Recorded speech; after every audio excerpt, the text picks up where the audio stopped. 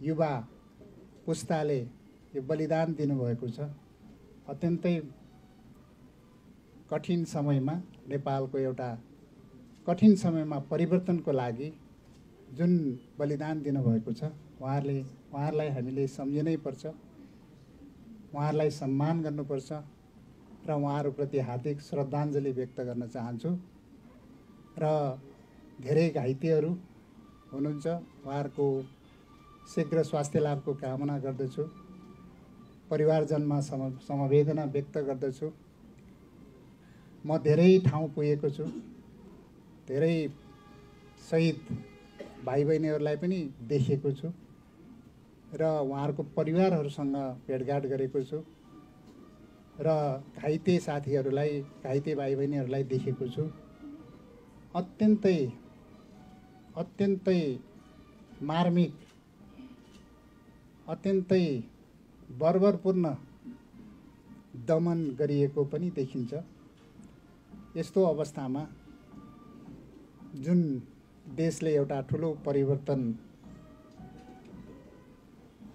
अनुभूति गर्यो, उहाँहरूप्रति अत्यन्तै हामीले ठुलो सम्मान गर्नुपर्छ। तर यो परिवर्तनलाई, यो संस्थागत गर्नलाई ठुलो चुनौती छ। यो परिवर्तन के को लागि भन्ने कुरा चाहिँ एकदमै महत्त्वपूर्ण विषय हो। म यहाँ मन्त्रीको रूपमा आउनलाई यो ठुलो परिवर्तन भएको हो, त्यो होइन। यो ठुलो परिवर्तन यो युवा पुस्ताले नेपालमा चाहेको छ। युवा पुस्ता मात्रै होइन, नेपाली जनताले चाहेको छ। त्यो निराशाको, जुन निराशा देशभरि छाएको थियो, त्यो निराशा एउटा विस्फोटको रूपमा जुन किसिमले आयो, त्यो विस्फोटले एउटा परिवर्तन ल्याएको छ। त्यसलाई संस्थागत गर्नु त्योभन्दा ठुलो चुनौती छ। वास्तवमा मैले यो चुनौती स्वीकारेर आएको छु। यो मेरो रहर पनि थिएन। ती 3वटा मन्त्रालय यो क्रिटिकल अवस्थामा सम्हालेर आउने, यो चुनौतीलाई बोकेर आउने भनेको मेरो रहरले आएको होइन। देशको परिस्थिति, अहिलेको अवस्था र देशलाई बचाउनुपर्छ भन्ने एउटा जिम्मेवारी पनि बोकेर आएको हो। यो देश सही दिशामा र सही रूपले अवतरण गर्न सकेनौँ भने हामी अत्यन्तै अप्ठ्यारो स्थितिमा पुग्ने अवस्थामा छौँ र त्यसलाई हामीले सही दिशामा लानु आजको प्रमुख दायित्व हो। र सरकारको प्रमुख दायित्व भनेको चुनावलाई सम्पन्न गर्ने र जेनजी पुस्ताले जुन किसिमले माग राखेर अगाडि आउनुभएको थियो, कम्तीमा यो 6 महिनाको पिरियडमा होस्, हामीले त्यसलाई अनुभूत हुने हिसाबले काम गर्नुपर्छ। प्रमुख माग भनेको भ्रष्टाचारको निर्मूल गर्ने,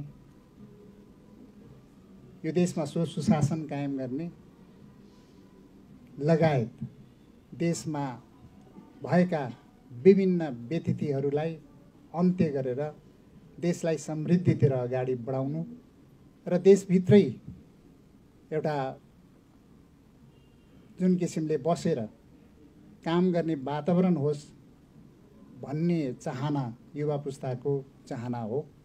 त्यो चाहनालाई हामीले पुरा गर्न नसके पनि यतातिर जाँदैछ भन्ने कुरा चाहिँ हामीले देखाउनु पर्नेछ, त्यो आशा जगाउनु पर्नेछ र सुशासनको विषयलाई हामीले गम्भीर रूपमा यसलाई लागू गर्नुपर्नेछ। मैले सबैतिर, सबै मन्त्रालयमा, सबै सचिवज्यूहरू, सबै चाहिँ कर्मचारी साथीहरू सबैलाई भन्ने गरेको छु, अब हामीले यो अहिलेको अवस्था, गम्भीर अवस्थाबाट हामी सही दिशामा जानको लागि यो जेनजी पुस्ताले उठाएका जुन सुशासनको विषयलाई हामीले गम्भीर रूपमा लिएर यसलाई लागू गर्नुपर्छ र हामीले कहीँ कतै जनताको सेवामा र कहीँ कतै अनियमितता भ्रष्टाचार गर्ने कुरा यो क्षम्य हुँदैन। मैले सबैलाई भन्ने गरेको छु। यो मेरो लागि पनि र सम्माननीय प्रधानमन्त्रीज्यूको पनि एउटा ठुलो चाहिँ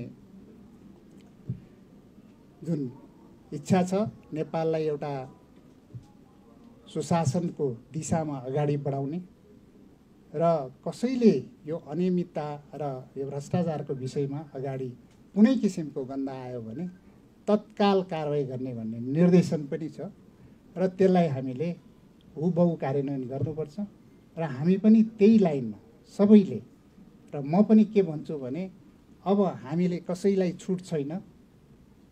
यदि यो विषयमा अब पनि हामी चुक्यौँ र कहीँ कतै त्यस्तो चाहिँ एक्टिभिटिजहरू भयो भने अब हामीले गर्न सकेनौँ भने यो देशमा अर्को ठुलो विद्रोह हुनेछ।